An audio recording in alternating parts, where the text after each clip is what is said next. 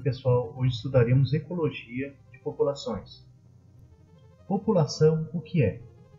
É o conjunto de indivíduos de uma mesma espécie que vivem em uma determinada área, por um determinado tempo. Temos alguns exemplos: população de aves, de peixes, populações de leões, entre outros. Densidade populacional é o número de indivíduos da população estudada dividido pela área que essa população estudada ocupa, ou então o volume. Devemos lembrar que a densidade pode ser expressa, por exemplo, em número de indivíduos por metros quadrados ou quilômetros quadrados. E para populações aquáticas, devemos utilizar metros cúbicos.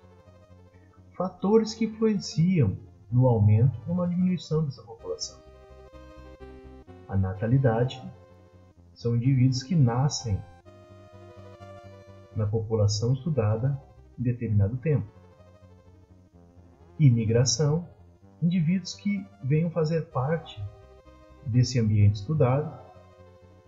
Agora verificaremos influências negativas ou que levam à diminuição dessa população: a mortalidade, indivíduos que venham a morrer por predação ou outro fator, e emigração, indivíduos que não fazem mais parte desse ambiente, que se mudam desse ambiente. Potencial biótico é a capacidade de reprodução de uma população e a resistência do ambiente. Consiste de fatores que limitam o crescimento dessa população. O crescimento ou a diminuição da população é comum a gente utilizar índices de crescimento que se apresentam em forma de gráficos, como estes, que explicaremos adiante. Gráfico potencial biótico, também conhecido como curva J ou potencial de crescimento exponencial. Devemos lembrar que esse gráfico representa o potencial biótico em ambiente ideal, como uma criação de gado, uma criação de peixes. Mas se ele não for controlado, o que acontece? Ocorre a extinção dessa população estudada, também levando o nome desta curva como curva de extinção. Um exemplo, pessoal, é a criação de peixes, a aquicultura. Lembrando que o meio tem um potencial de suporte. Essa população atingindo esse potencial, ocorre a morte desses indivíduos, desses peixes no caso, devido à falta de oxigenação, alimentação, impossibilitando essa população de se manter ali, falta de espaço também. Veremos agora o gráfico de potencial biótico real, lembrando que o anterior era um gráfico de potencial ideal. Esta curva que estudaremos agora sofre a influência do meio real, então. Não estamos mais no ambiente ideal, temos que lembrar. Ela promove, então, a resistência ao crescimento da população.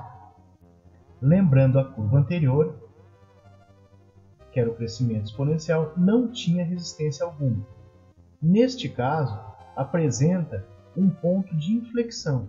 É aonde que o meio começa a influenciar sobre essa população, criando uma tangência à direita em nível da resistência da capacidade do meio, representado pela letra K. Ela também é chamada por curva em S, pelo seu formato, ou sigmoide. Análise do gráfico. Lembrando, o potencial biótico, que é a curva em J, que é o crescimento ideal, a resistência do meio que esta curva sofre, mudando o nome dela para curva sigmoide ou em S, que é esta em vermelho. Lembrando que esta linha em azul é a capacidade do meio. É onde o meio consegue sustentar as populações estudadas. Esta parte da curva em S, ou sigmoide, também é chamada de área dinâmica, porque sofre uma relação com a capacidade do meio, levando ela a uma subida e descida ininterrupta, sendo que a capacidade do meio influenciando ela para um crescimento, a população aumentará de tal forma que o meio a forçará a diminuir novamente a população. Então, lembrando que essa diferença aqui que vai dar o resultado que nós queremos dessa dinâmica das curvas. A resistência que a curva S sofre, a resistência do meio, pode ser representada por tudo que vai influenciar essa população para sua diminuição, é essa resistência do meio. Alimentação, oxigênio, gás carbônico, tudo isso é a resistência do meio que influencia nesta curva J para ela se transformar numa curva S. Então, lembrando que a resistência do meio influencia na curva S para que ela entre numa área dinâmica. O que é essa área dinâmica? O crescimento da população ultrapassa a capacidade do meio, levando essa população à diminuição. Por quê?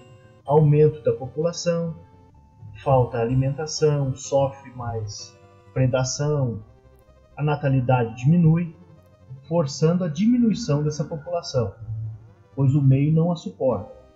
Diminuindo essa população, o meio consegue se estabelecer, favorecendo o aumento novamente da população, que passará do meio de resistência do meio ambiente.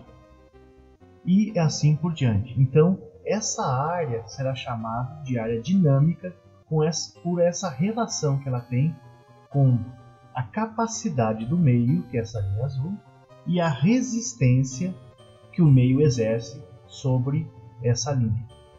Lembrando que esta área é constante.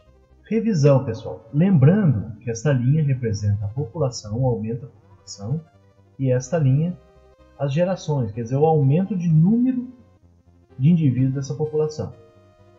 Relembrando então as curvas. A J, que é o crescimento exponencial, que ela é representada com o meio ideal, então a população tem um aumento espetacular, que ela não sofre influência do meio, só que ela atingindo a capacidade de sustentação do meio, né? Que seria isso? Seria a falta de alimentos, oxigênio. Ela vem numa queda que leva à extinção desta população. Então esta é a curva J, representada aqui em F. Relembraremos agora a curva sigmoide, ou então em S, o meio da possibilidade dessa população aumentar novamente, chegando ao ápice, e assim de novo. A resistência do meio levará essa população a uma diminuição. Então é isso, pessoal. Estudamos então as curvas J exponencial, a curva S, que é a que sofre influência do meio, tá? A dinâmica da relação dos indivíduos estudados, tá? Com o meio. Lembrando também a curva de extinção. Bom, pessoal, por hoje é só. Esperamos que tenham gostado da aula sobre populações. E por hoje é só. Tchau!